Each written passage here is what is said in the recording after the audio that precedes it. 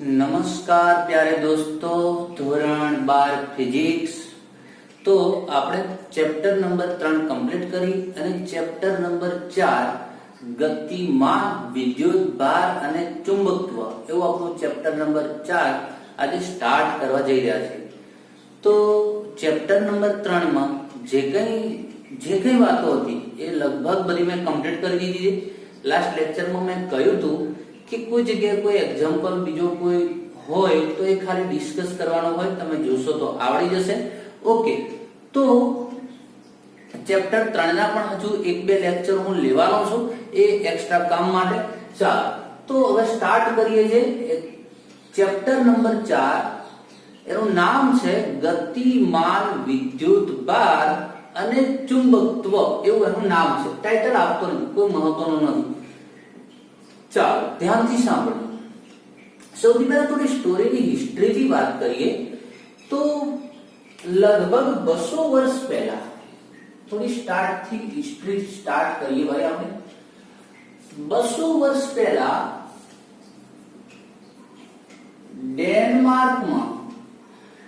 ડેનમાર્કના લોકોને ડેનિશ કહેતા હોય છે. યુરોપિયન કન્ટ્રી છે ડેનમાર્ક, બહુ સારો સુખી સંપન્ન દેશ છે. ચાલો પહેલા તો જે ટાઇટલ મેં કહ્યું તમને આપ્યું નથી, એનું થોડું ધ્યાનથી સાંભળો. તો ટાઇટલને સમજીએ.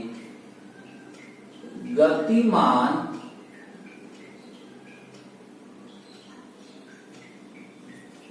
વિદ્યુત ભાર અને ચુંબકત્વ.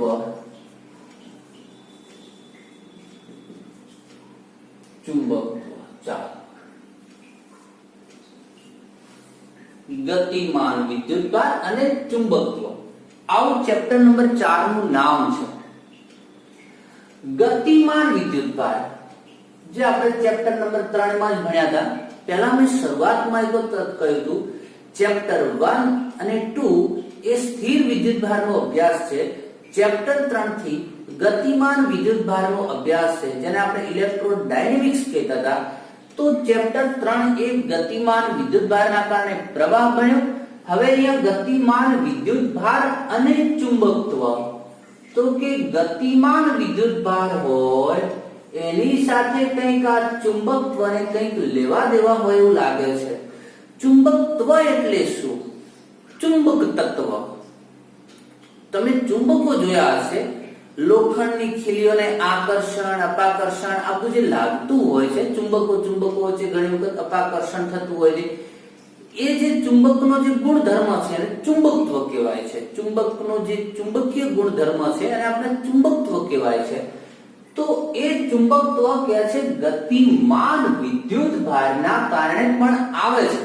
હવે હાલ તો તમને ટાઇટલ પરથી એટલી ખબર પડે, આપણને કોઈ પણ શીર્ષક હોય, પ્રસ્તાવના હોય, જે ટાઇટલ હોય, એ પ્રસ્તાવના અને શીર્ષક ઉપરથી આપણને આમાં શું હશે એટલી ખબર પડતી હોય છે.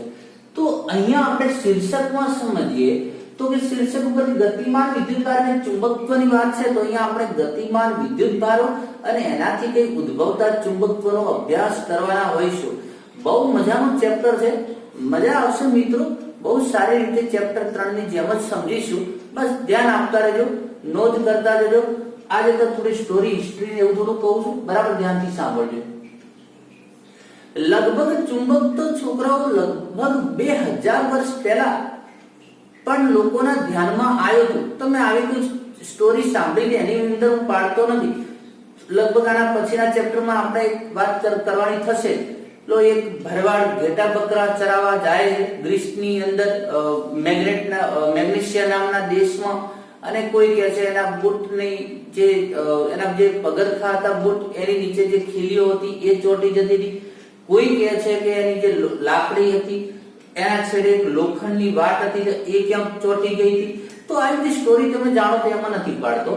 આપણે અહીંયા વિદ્યુત ભાર એ બધા દ્રવ્યમાન ચુંબકો છે. આપણે અહીંયા વિદ્યુત ભાર સાથે સંકળાયેલા ચુંબકત્વનો અભ્યાસ કરવાનો છે મિત્રો. ઓકે, તો અહીંયા લગભગ 201 વર્ષ પહેલા ડેનમાર્કની અંદર એક વિજ્ઞાનના શિક્ષક હોય જેનું નામ છે ઓર્સ્ટેડ.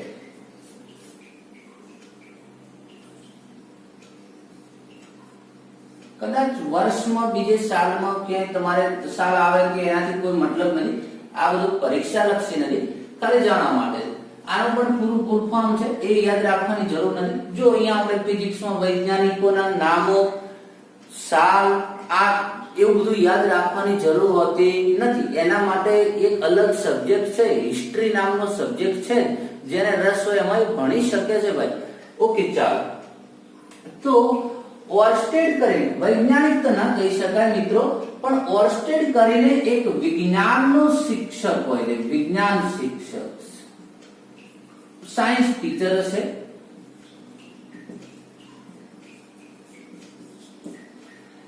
આ વિજ્ઞાનનો શિક્ષક ઓર્સ્ટેડ જે છે લગભગ ઉનાળાના દિવસોની અંદર ત્યાં ભણાવતો હોય છે, લેબની અંદર એક પ્રયોગ કરાવતો હોય છે સ્ટુડન્ટોને. એ દરમિયાન એને તારમાંથી પ્રવાહ પસાર કર્યો. શું કર્યું ભાઈ? તારમાંથી બેટરી દ્વારા પ્રવાહ પસાર કર્યો. તો બન્યું એવું કે બાજુમાં એક ચુંબકીય સોય પડી ગઈ. ચુંબકીય સોય એટલે ચુંબકમાંથી બનાવેલી એકદમ હલકી ફુલકી પાતળી સોય. એ ધારો કે થોડો હું તમને અહીંયા 3 ડાયમેન્શનમાં સમજાવું કે આ રીતે તાર હતો, એ તારની બાજુમાં આ રીતે ક્યાંક સોય બીજે પડી છે, કોઈ જગ્યાએ લટકતી હશે. તો એને સોય ઉપર ધ્યાન નથી, કોનું? ઓર્સ્ટેડનું. અને ઓર્સ્ટેડ ત્યાં સ્વિચ ઓન કરી કોઈ ધારો કે આ રીતે પ્રયોગ કરતો હોય છે, બેટરી જોડેલી હોય છે, આ તારમાંથી પ્રવાહ પસાર થતો હોય છે, બાજુમાં સોય પડી હોય છે. હવે એ સોય પડી હોય છે, એ જેવો પ્રવાહ પસાર કરે છે તો બાજુમાં રહેલી જે સોય હતી એ આ રીતે હલન ચલન કરીને આ રીતે સીધી થાય છે, કોણાવર્તન થાય છે. ટૂંકમાં અહીંયા આમ પડેલી જે સોય હતી એ આવી રીતે કોણાવર્તન કરે છે. હવે સોય અને પેલા તારને કોઈ કનેક્શન નથી. તાર અલગ છે, ચુંબકીય સોય અલગ છે. ચુંબકીય સોય એટલે ચુંબકીય ગુણધર્મો ધરાવતી એક પાતળી સોય જે હલનચલન સરળતાથી વજનમાં હલકી હોય એને આપણે ચુંબકીય સોય કહીશું. ચુંબકીય સોય એટલે એક પ્રકારનો ચુંબક જ, બહુ સોય આકારમાં હોય, હલકો હોય એકદમ દળમાં. હવે તારને અને આ સોયને કોઈ લેવા દેવા નથી, કોઈ કનેક્શન નથી, છતાંય અહીંયા તારમાં પ્રવાહ પસાર કરતા આ સોય હલનચલન કરે છે. હવે બીજી વાત ધ્યાનથી સાંભળજો. હંમેશા જો દળ ઉપર દળનું જ બળ લાગે. કયા દળનું? અરે ભાઈ કયું બળ? ગુરુત્વાકર્ષણ બળ. દળ ઉપર દળનું બળ લાગે, જેને આપણે ગુરુત્વાકર્ષણ બળ કહીએ. વિદ્યુત ભાર ઉપર વિદ્યુત ભારનું જ બળ લાગે. ધારો કે કોઈ વિદ્યુત ભાર હોય, ચેપ્ટર 1 માં 2 માં આવે છે, આપણે ચેનલ પર નથી હજુ ભણાવ્યું, હવે ભણાવીશું આના પછી. કોઈ વિદ્યુત ભાર Q હોય તો એ વિદ્યુત ભાર ઉપર વિદ્યુત ભારનું જ બળ લાગે. વિદ્યુત ભાર ઉપર વિદ્યુત ભારનું બળ લાગે, દળના લીધે દળ ઉપર બળ લાગે. એમ ચુંબક ઉપર બળ જે છે એ ચુંબકનું જ લાગે. આ નક્કી છે. ચુંબકીય કોઈ પણ ચુંબક હોય એના ઉપર ચુંબકનું જ બળ લાગે. ત્યાં કોઈ ચુંબકત્વ હોય તો એના ઉપર બળ લાગે. હવે છે ચુંબકીય સોય, અહીંયા પ્રવાહ પસાર કરતા એ હલનચલન કરે છે. એનો મતલબ કે એને કઈ ડિસ્ટર્બન્સ થાય છે. મતલબ એવો થયો કે એના ઉપર કઈ બળ લાગી રહ્યું છે તો જ એવું હલનચલન કરે, એના વગર તો કોઈ ગતિ ના કરે. વારંવાર ઓર્સ્ટેડે આ કળને ઓન ઓફ કરે તો વારંવાર સોય પાછી હતી એ મૂળ અવસ્થામાં જતી રહી. ઓફ કરે તો પાછો પ્રવાહ ઓન કરે તો ફરીથી કોણાવર્તન થતું હતું. કોણાવર્તન એટલે ફરીથી જે આ રીતે સોય પડી હતી આ રીતે ગતિ કરીને આવતી. તો ઓર્સ્ટેડે આવું વારંવાર અવલોકન કર્યું. એના ઉપરથી એને એટલું ખબર પડી, એવું તારણ આપ્યું કે પ્રવાહ પસાર કરવામાં આવે તો આજુબાજુ ચુંબકત્વ એટલે કે છે કે ચુંબકીય ક્ષેત્ર ઉત્પન્ન થાય છે. તો જ પેલી ચુંબકીય સોય હલનચલન કરતી હોવી જોઈએ. તો આવા તારણ પર આવ્યો. કોણ આવ્યો ભાઈ? ઓર્સ્ટેડ. ઓર્સ્ટેડે એવું કહ્યું કે કોઈ તારમાંથી પ્રવાહ પસાર થતો હોય તો ત્યાં ચુંબકીય ક્ષેત્ર ઉત્પન્ન થાય છે એવું મને લાગે છે. આવું ઓર્સ્ટેડે કહ્યું. હવે ઓર્સ્ટેડ કોઈ સંશોધન નથી કરતો, પોતે કોઈ વૈજ્ઞાનિક નથી, એક ટીચર છે, એને આટલી જાણ આટલું ધ્યાનમાં આવ્યું, એ પોતાના કામે લાગી ગયો, પણ આવું એણે પબ્લિશ કર્યું, એના પછી ત્યાં સંશોધન કરવા માટે વૈજ્ઞાનિકોની લાઈન લાગી ગઈ અને એમાં સૌથી 2 થી 3 મહિનાના ગાળાની અંદર જ 2 વૈજ્ઞાનિકો આવે છે, બાયો સાવર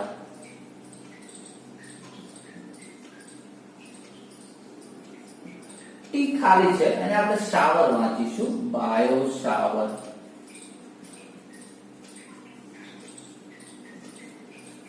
અંગ્રેજીમાં તો ભાઈ ઘણી વખત લખવામાં આવે સાયલેન્ટ હોય, એનું ઉચ્ચારણ ન થતું હોય, એમના હવે બધા નિયમો છે, હવે એને શોખ છે તો ટી લગાવે છે.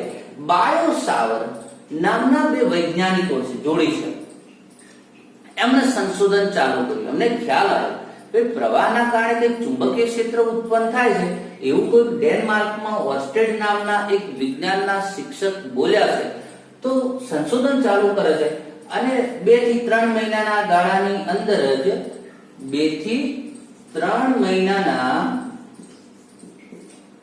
મંથમાં એ પોતે તારણ આપે છે કે હા, જ્યાં જ્યાં પ્રવાહ હોય, હવે ધ્યાનથી સાંભળજો, જ્યાં જ્યાં પ્રવાહ હોય ત્યાં ત્યાં ચુંબકીય ક્ષેત્ર, મનોવિજ્ઞાન એવું કહે છે ને, તર્કશાસ્ત્ર, જ્યાં જ્યાં ધુમાડો ત્યાં ત્યાં આગ, કે ભાઈ ધુમાડો નીકળે છે તો ત્યાં આગ લાગી હોવી જોઈએ. હવે આજે તો કદાચ સાચું નહીં પડતું હોય, કોઈ કેમિકલ બીજું આ તે તોય પણ ધુમાડો નીકળતો હોય છે, પણ મનોવિજ્ઞાન તર્કશાસ્ત્ર એવું કહેતું હોય છે કે એમાં એક સૂત્ર, એવું વાક્ય આવે છે, જ્યાં જ્યાં ધુમાડો ત્યાં ત્યાં આગ. તો કહેવાનો મતલબ છે કે બાયો સાવરે કહ્યું કે જ્યાં જ્યાં પ્રવાહ, મતલબ પ્રવાહ એટલે શું, તો કે ગતિમાન વિદ્યુતભાર. આખી કથા કરી આખી ચેપ્ટર નંબર 3 માં. તો વિદ્યુત પ્રવાહ એટલે ગતિમાન વિદ્યુતભાર. જ્યાં જ્યાં પ્રવાહ હોય એટલે કે જ્યાં જ્યાં ગતિમાન વિદ્યુતભાર હોય ત્યાં ત્યાં ચુંબકીય ક્ષેત્ર ઉત્પન્ન થાય છે. આવું કોણે કહી દીધું? બાયો સાવરે. તો આપણા ચેપ્ટરનું ટાઇટલ શું બન્યું છે? વિદ્યુત ભાર અને ચુંબકત્વ. એટલા માટે હવે ખબર પડી. પણ બાયો સાવરે આટલું જ ખાલી કહ્યું નહીં, એને સંશોધન નહીં, એ તો એમાં તો બાયો સાવરે શું કહ્યું? આપણે એ તો ઓર્સ્ટેડે કહ્યું હતું નહીં. બાયો સાવર એટલે અમર થઈ ગયા. એમને ખાલી કહ્યું એટલું જ નહીં, સંશોધન એને ન કહેવાય, એની સાથે મેથેમેટિક્સ ઉમેરાય.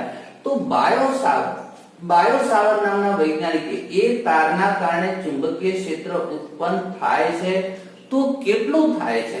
આ તારમાં 2 એમ્પિયર પ્રવાહ વહેતો હોય તો એ તારથી 10 સેન્ટીમીટર અંતરે ચુંબકીય ક્ષેત્ર કેટલું છે, 5 સેન્ટીમીટર અંતરે કેટલું છે, એની તીવ્રતા કેટલી હોય, એ બધું જ આખું કામ પૂરું કરી નાખ્યું આપણે.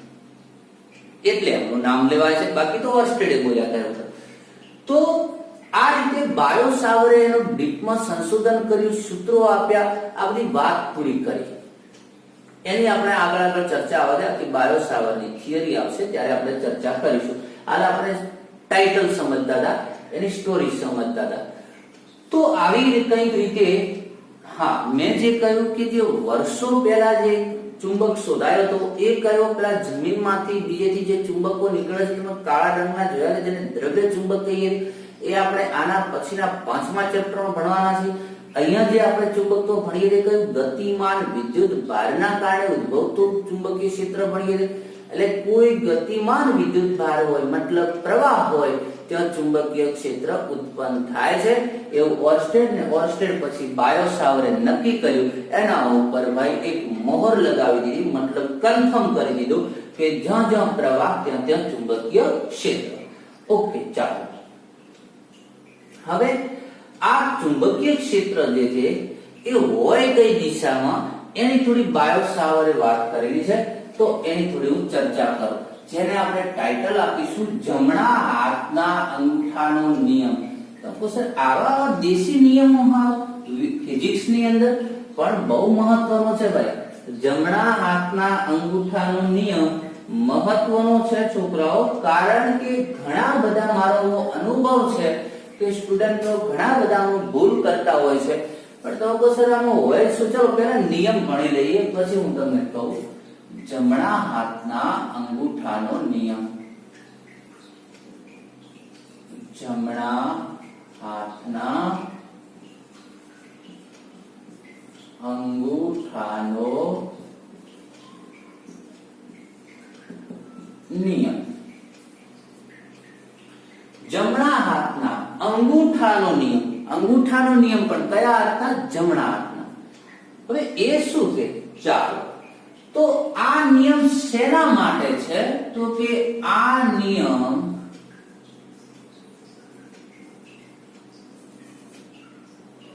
વિદ્યુત પ્રવાહના કારણે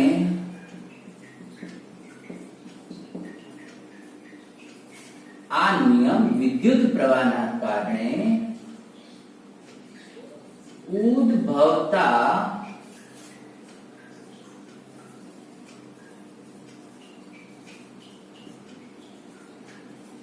ચુંબકીય ક્ષેત્રની દિશા. આ નિયમ શેના માટે છે? વિદ્યુત પ્રવાહના કારણે ઉદ્ભવતા ચુંબકીય ક્ષેત્રની દિશા નક્કી કરવા માટે છે. ચાલો, આ નિયમ વિદ્યુત પ્રવાહના કારણે ઉદ્ભવતા ચુંબકીય ક્ષેત્રની દિશા નક્કી કરવા માટે છે. ઓકે, ચાલો. તો જમણા હાથના અંગૂઠાનો નિયમ શું નક્કી કરશે? આ જે વિદ્યુત પ્રવાહના કારણે જે ઓર્સ્ટેડ, બાયો અને સાવર જે બોલ્યા કે વિદ્યુત પ્રવાહના કારણે ચુંબકીય ક્ષેત્ર ઉત્પન્ન થાય છે, તો એ ચુંબકીય ક્ષેત્ર કઈ દિશામાં હશે? તારની નીચે, તારની ઉપર, તારથી અંદર જતી દિશામાં કઈ દિશામાં હશે એ દર્શાવવા માટે, એ નક્કી કરવા માટે ચુંબકીય ક્ષેત્રની દિશા નક્કી કરવા માટે આ નિયમ ઉપયોગી છે. એટલે મેં કહ્યું કે મિત્રો તમે ડાયરેક્ટ તમને એમ થશે બહુ મહત્વનો છે, તમે કહ્યું ધ્યાન આપજો તો આવું પૂછશે ને, એવું કોઈ પરીક્ષામાં નથી પૂછવાનું. જમણા હાથના અંગૂઠાનો નિયમ વર્ણવો 4 માર્ક્સની થિયરી, ના, એવું નથી કોઈ પૂછવાનું.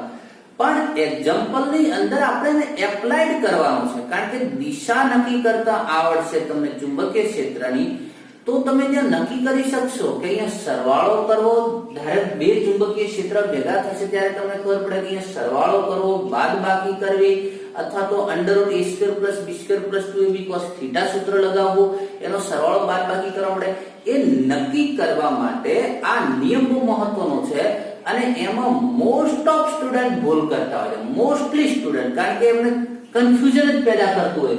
ચલો, આપણું એવું ન થાય એની તકેદારી રાખી અને સમજી લઈએ.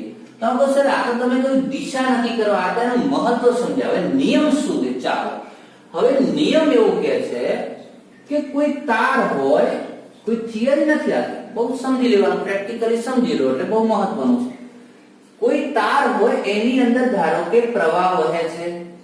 એ પ્રવાહ વહે તો એની આજુબાજુ ચુંબકીય ક્ષેત્ર ઉત્પન્ન થાય. ઓકે, કઈ દિશામાં હોય ચુંબકીય ક્ષેત્ર? ઉપર હોય, નીચે હોય, અંદર જાય, બહાર હોય, ક્યાં હોય ચુંબકીય ક્ષેત્ર? તો કે છે જે તારમાંથી પ્રવાહ પસાર થતો હોય અને એના ચુંબકીય ક્ષેત્રની દિશા નક્કી કરવી હોય તો એ તારને જમણા હાથથી પકડવાનો. કલ્પના કરવાની હોય છે, પ્રવાહધારી તારને પકડવાના નથી હોતા. ધારો કે આપણે કલ્પના કરી, ચલો મેં આ તાર પકડ્યો, અંગૂઠો જમણા હાથથી પકડવાનો તાર, પણ અંગૂઠો કઈ દિશામાં રાખવાનો? એટલે તો અંગૂઠાનો નિયમ કયો છે કે પ્રવાહની દિશામાં અંગૂઠો રાખીને તારને પકડવાનો. પ્રવાહની દિશામાં અંગૂઠો રાખી તારને પકડીશું. ઓકે, ચાલો, આ તાર હતો તો પ્રવાહ છે, અંગૂઠો આમ રાખો, તો આ રીતે આપણે તારને પકડ્યો.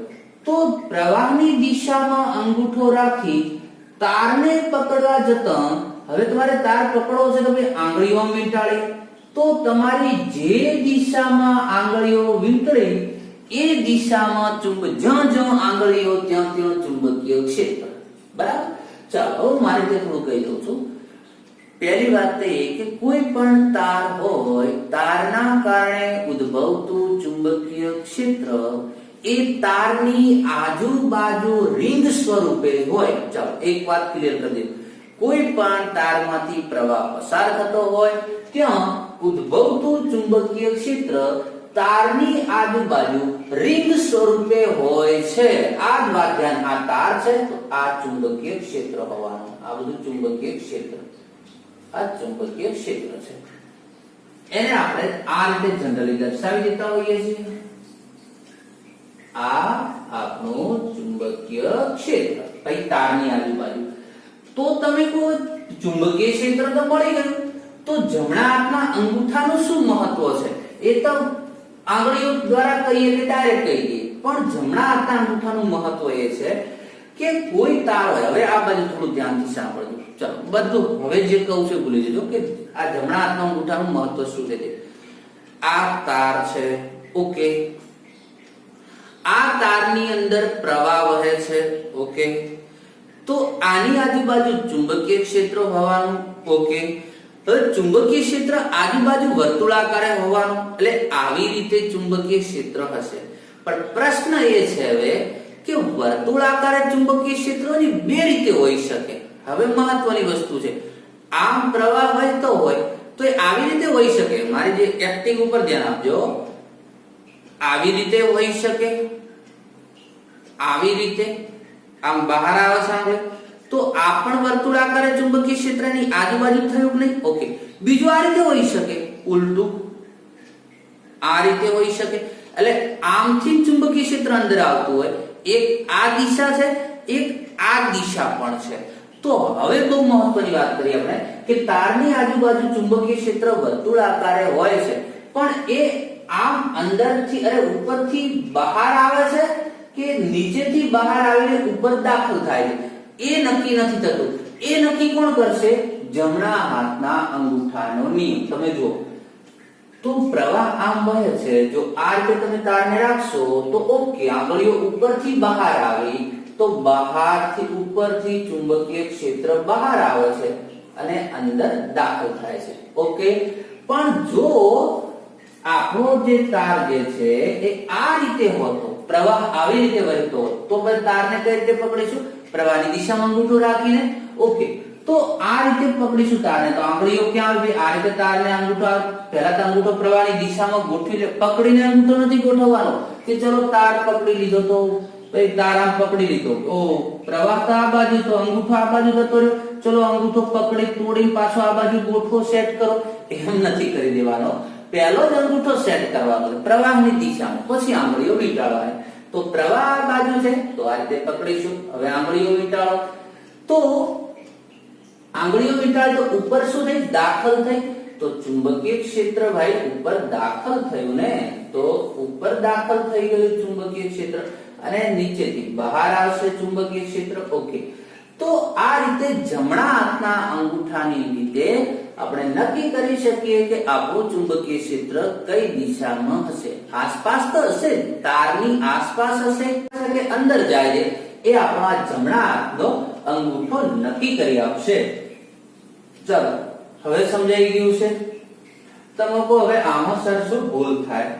બહુ સિમ્પલ છે. ભૂલ ત્યાં થાય છે કે જમણા હાથનો અંગૂઠો એ માત્ર તારથી ચુંબકીય ક્ષેત્ર ઉપરથી બહાર આવે છે કે અંદર જાય છે એટલું જ નક્કી કરી આપે છે. દરેક બિંદુની દિશા નક્કી નથી કરી આપતો. તો સર આમાં કઈ ખબર ના પડી, મજા ના આવી. ફરીથી ધ્યાનથી સાંભળજો.